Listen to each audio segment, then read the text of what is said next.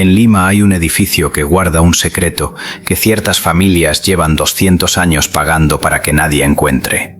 No es una leyenda, no es una teoría, es un archivo que alguien quemó completo en una sola noche en julio de 1820. O eso creyeron, porque había alguien adentro que sabía lo que iba a pasar, y copió 43 hojas antes de que las llamas llegaran.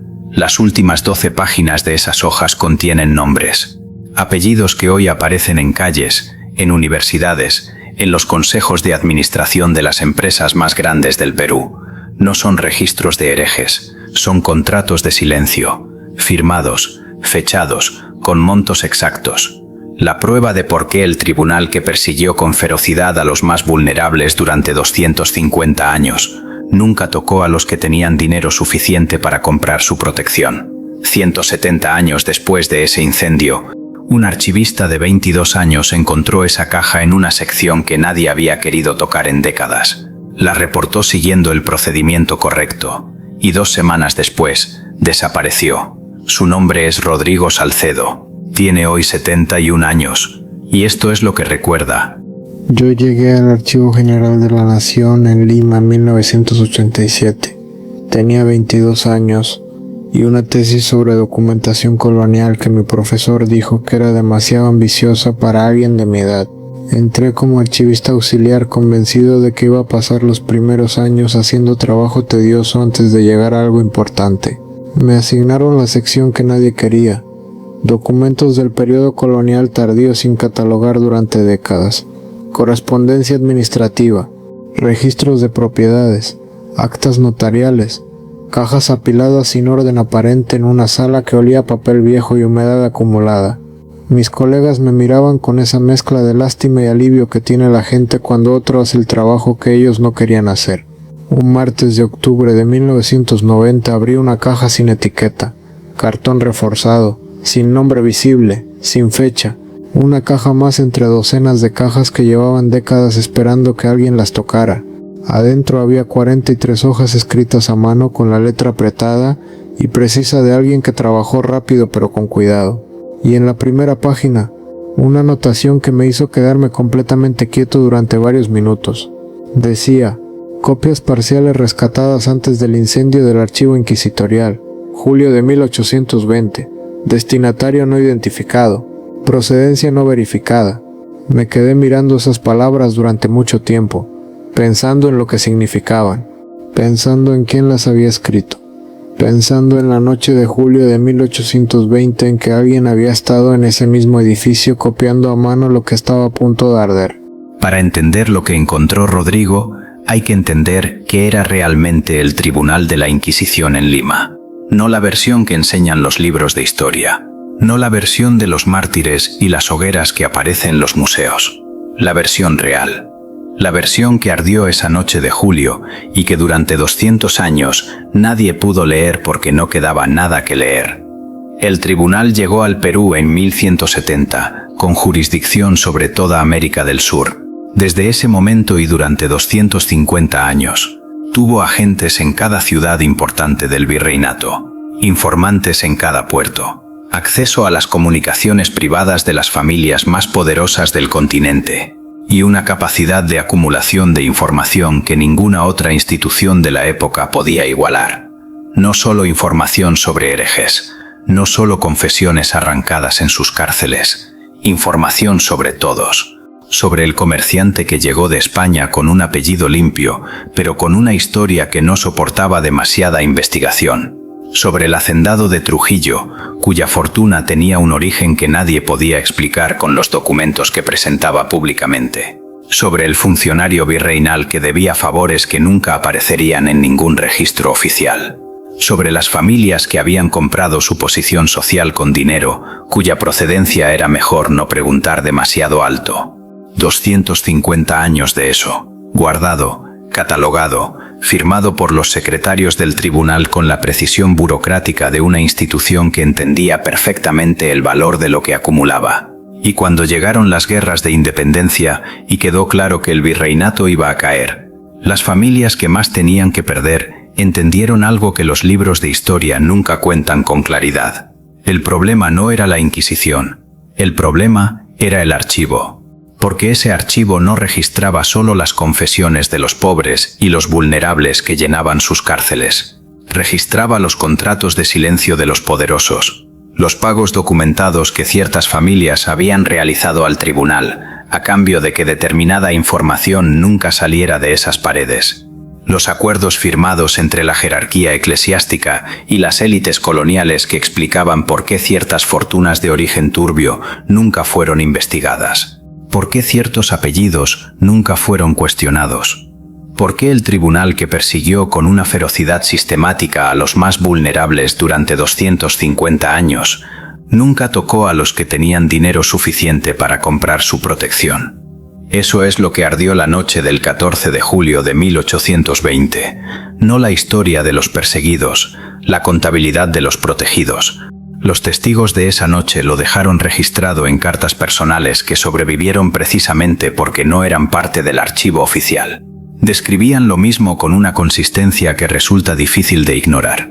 Humo visible desde la medianoche, el olor específico del papel viejo quemándose en grandes cantidades, llamas visibles desde las calles adyacentes durante horas, y al día siguiente, silencio institucional total, sin comunicado oficial, sin investigación, sin una sola persona en posición de autoridad que preguntara públicamente qué había ardido ni por orden de quién, como si lo que desapareció esa noche nunca hubiera existido. Pasé 2 semanas verificando cada detalle de esas 43 hojas. El papel, la tinta, la terminología específica que usaban los secretarios del tribunal en sus registros internos. La composición química de los materiales correspondía al periodo 1780-1820. La escritura tenía la exactitud de alguien que leyó los originales y los transcribió palabra por palabra durante horas. No era el tipo de exactitud que se consigue leyendo libros de historia. Era la exactitud de alguien que estuvo ahí. No eran falsificaciones. Las primeras hojas eran registros de juicios, nombres, fechas, acusaciones, resoluciones, perturbador en su detalle, pero no sorprendente en su naturaleza. El tipo de material que los historiadores sabían que había existido porque había referencias indirectas a él en documentos que sí sobrevivieron al incendio. Las últimas 12 hojas eran otra cosa completamente.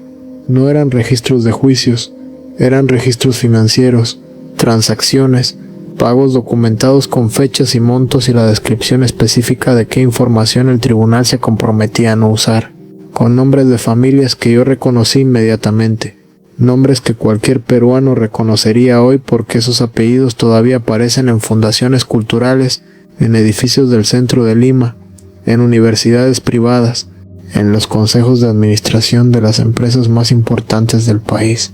No eran donaciones a la iglesia, no eran pagos por servicios religiosos, eran contratos de silencio, firmados, fechados, con la descripción exacta de lo que se compraba y de lo que se vendía. Me quedé mirando esas páginas durante mucho tiempo, pensando en las familias cuyos apellidos leía, pensando en los edificios que llevaban esos nombres, pensando en lo que significaba que esos documentos hubieran sobrevivido 170 años en una caja sin etiqueta en una sección que nadie había querido catalogar, y entendí por qué alguien había quemado ese archivo. Lo que Rodrigo había encontrado respondía a una pregunta que los historiadores llevan 200 años sin poder responder con documentos en la mano. ¿Por qué el tribunal que persiguió con una ferocidad sistemática a los más vulnerables durante 250 años nunca tocó a las familias que construyeron el poder económico del virreinato? ¿Por qué ciertos apellidos que aparecían en las acusaciones presentadas ante el tribunal nunca llegaron a juicio? ¿Por qué ciertas fortunas de origen claramente turbio nunca fueron objeto de ninguna investigación formal?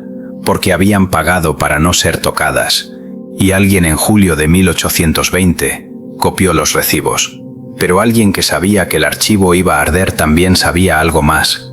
Sabía que copiar esos documentos era suficientemente peligroso como para no firmar lo que copiaba, para no dejar rastro de quién era, para asegurarse de que si las hojas eran encontradas, no hubiera manera de rastrearlas hasta él. No sabemos su nombre. No sabemos si era sacerdote o secretario o simplemente alguien que tenía acceso a esas salas esa noche. Lo que sabemos es lo que eligió copiar. y esa elección dice todo sobre lo que entendía que estaba en juego. Llevé el expediente a mis supervisor esa misma tarde. Se llamaba Dr. Aurelio Montoya. Llevaba 30 años en el archivo. Era el tipo de funcionario que conoce cada protocolo y cada procedimiento correcto.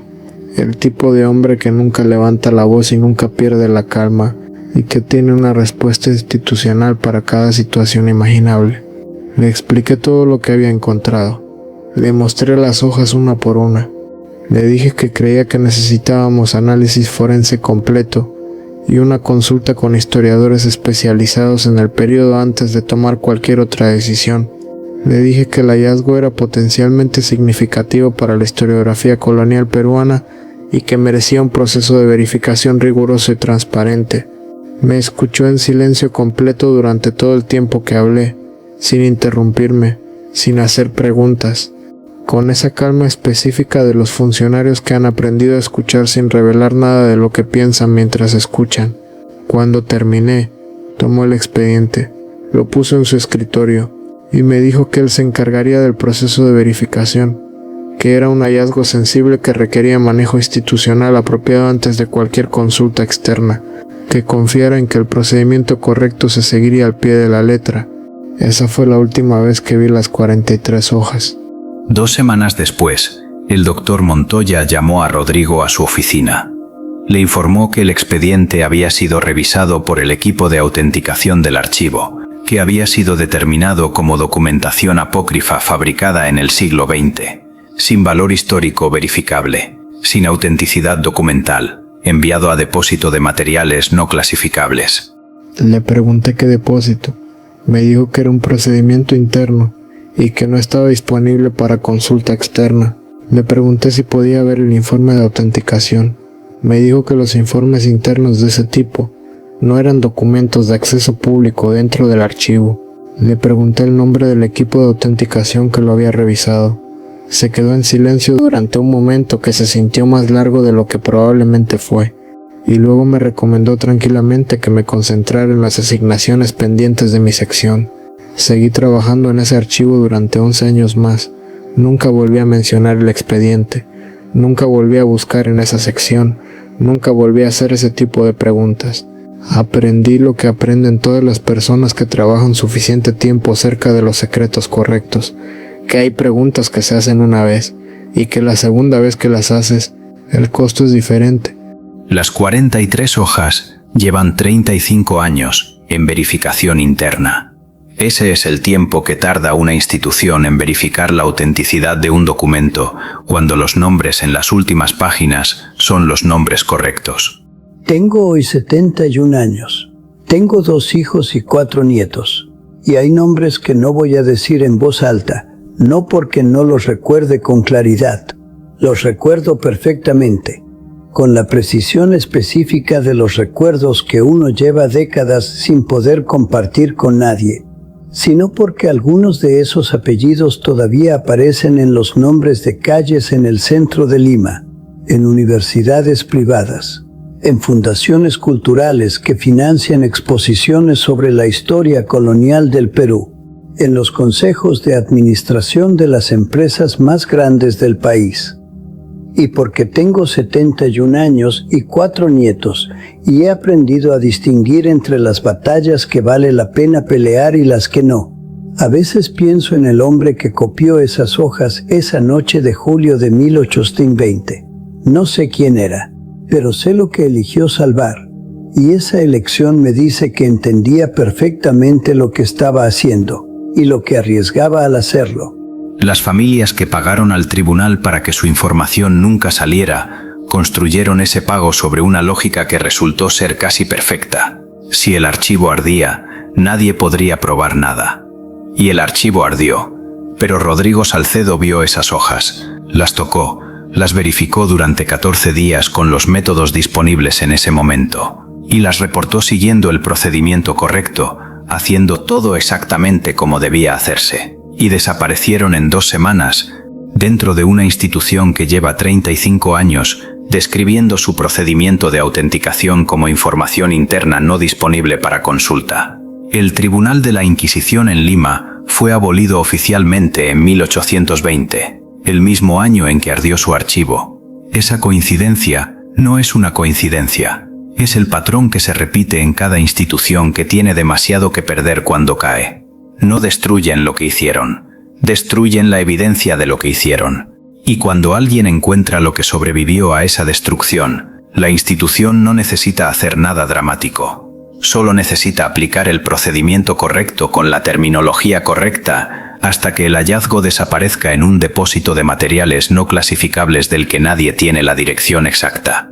Hay más archivos como ese, en más ciudades, con más nombres en las últimas páginas, y hay más personas como Rodrigo Salcedo que los encontraron y aprendieron exactamente cuántas veces se puede hacer la misma pregunta antes de que el costo cambie. Suscríbete si crees que los archivos que llevan 35 años en verificación interna merecen una respuesta. Dale like para que esto llegue a más gente que necesita saber que hay documentos en América Latina que sobrevivieron a los incendios, pero no han sobrevivido a las instituciones que los custodian. Porque hay más expedientes, hay más cajas sin etiqueta. Hay más nombres en las últimas páginas que explican por qué ciertas familias siguen teniendo calles y universidades con sus apellidos 200 años después. Y el próximo video es sobre una de esas familias, una que no es peruana, una que está mucho más cerca, una cuyos contratos de silencio no se quemaron en 1820. Nos vemos en el próximo expediente.